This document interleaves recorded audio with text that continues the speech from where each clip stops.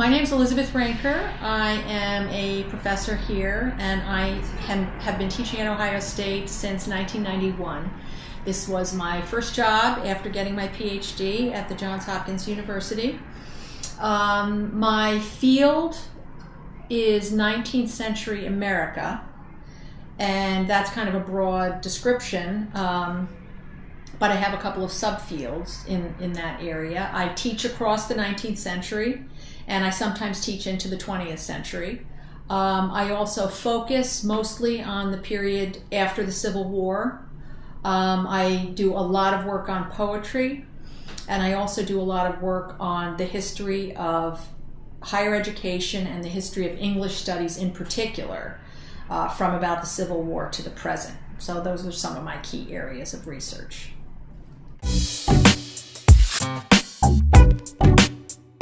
Well, this is a very interesting question for me in particular, because one of my research areas is the history of English studies, and this brings up the whole revolution in the canon that many people have probably heard about in their classes, and the idea that some sort of notional list of the great books any educated person should read basically collapsed in the wake of the social unrest of the 60s. So the question's interesting to me because the question itself has a really interesting history. The answers to the question have an interesting history.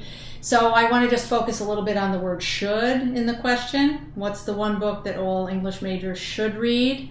And I would say that at this point in time, that question really no longer has an answer, at least from the standpoint of ideas about the canon. However, since you're asking me in person, I will say the book is Moby Dick.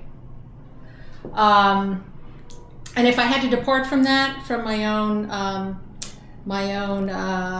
personal interests, the fact that Moby Dick is my favorite book, but also saying really the canon has collapsed in a lot of ways, so the question itself no longer means what it once did, I would say if I had been forced to choose a book that still has a canonical feel, and you made me pick one, for example, for this question, I would say it's the complete works of Shakespeare.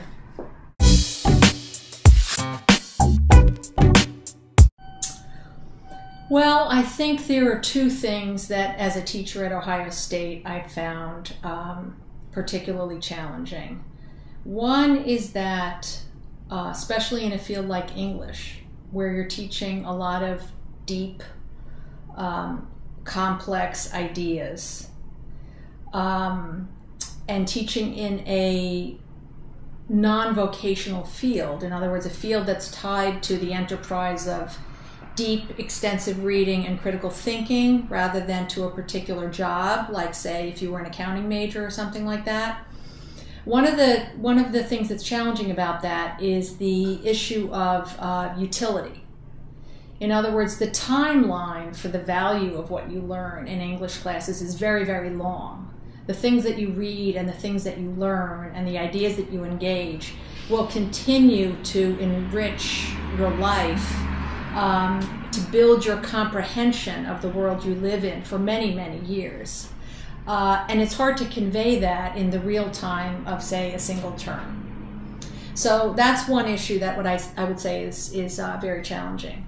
Another one is that it's the nature of our classes at Ohio State that there is typically a tremendous amount of diversity in each classroom in terms of the skills and levels of ability that you will have in one classroom. And as a teacher, you're trying to speak in a way that enhances the learning of every student in the room. And at a large state university like this one, it can be very challenging to get the mix right. So.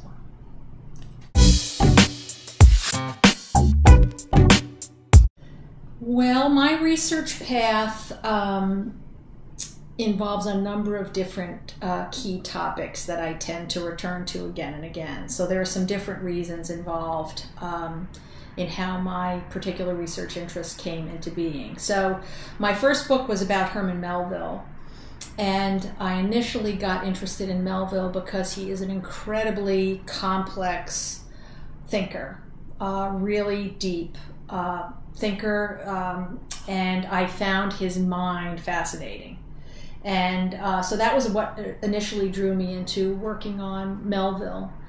And I have a second specialty outside of literature as such, which is really the social history of the study of English.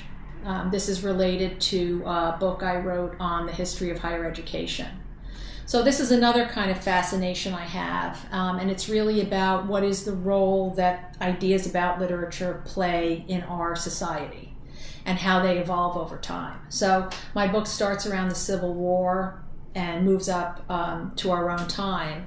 And it's related actually to the earlier question about what books should every English major read, because partly what I am fascinated by is how our society continues to redefine what counts as literature and why it matters.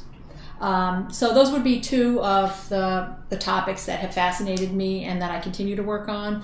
And a third one is just the genre of poetry more generally.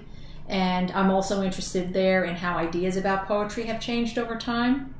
So that, for example, in the 19th century, poetry was an extraordinarily popular genre. And in our society today, people tend to think of poetry as more of a highbrow art form. And this is how I came to be teaching a class that I teach now, which is about contemporary songs as a form of poetry. And I and my students situate current songs in the long history of poetry in English dating back to about the time of Shakespeare. So those are some of my research areas.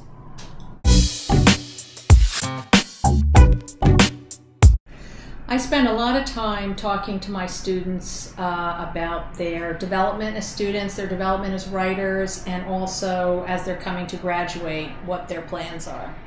So I sometimes share with them some of my own stories about how I ended up becoming a professor and how I think that one has to try different things. You don't always find the right fit on the first try, but part of the process of getting jobs and trying out jobs is self-discovery. Learning what you're good at, what you enjoy, what you could find fulfilling, and so on. So part of my personal story is that when I was a senior in college, I thought I might go to law school, like so many students do. I didn't have any particularly good reasons for going, but it seemed like something that I could possibly be good at, and it seemed like a good choice. And I briefly had a job as a paralegal, and I determined that this kind of a job was not a good fit for me at all and decided not to apply to law school. And I actually think that was a very good thing, because in terms of my own temperament, I think that becoming a lawyer probably would have stressed and led me to develop parts of my personality that I would prefer not get out of balance.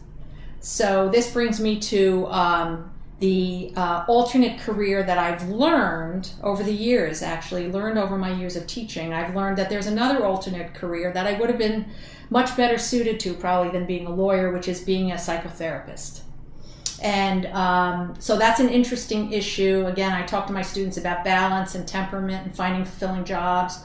I probably would have been good at being a lawyer, but I think it would have developed my personality in the wrong way.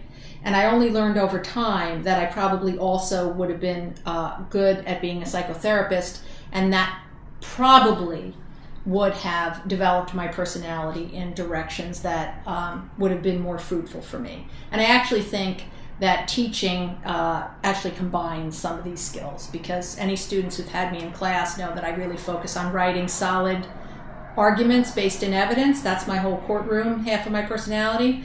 But I also spend a lot of time talking to my students and trying to help them. And this is why I think probably psychotherapy could have been another kind of a career.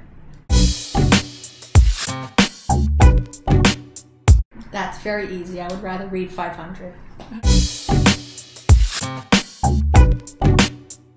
My answer to that question is also easy. The answer is any airport, anywhere.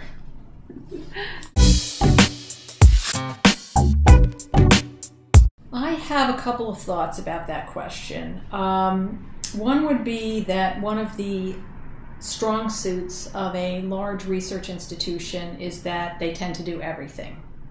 So there really is a niche for everyone. And one of the keys to making that work for yourself as a student is that you have to be self-motivated. You have to find the right niche. You have to seek out the people. The people are here, the resources are here, the opportunities are here.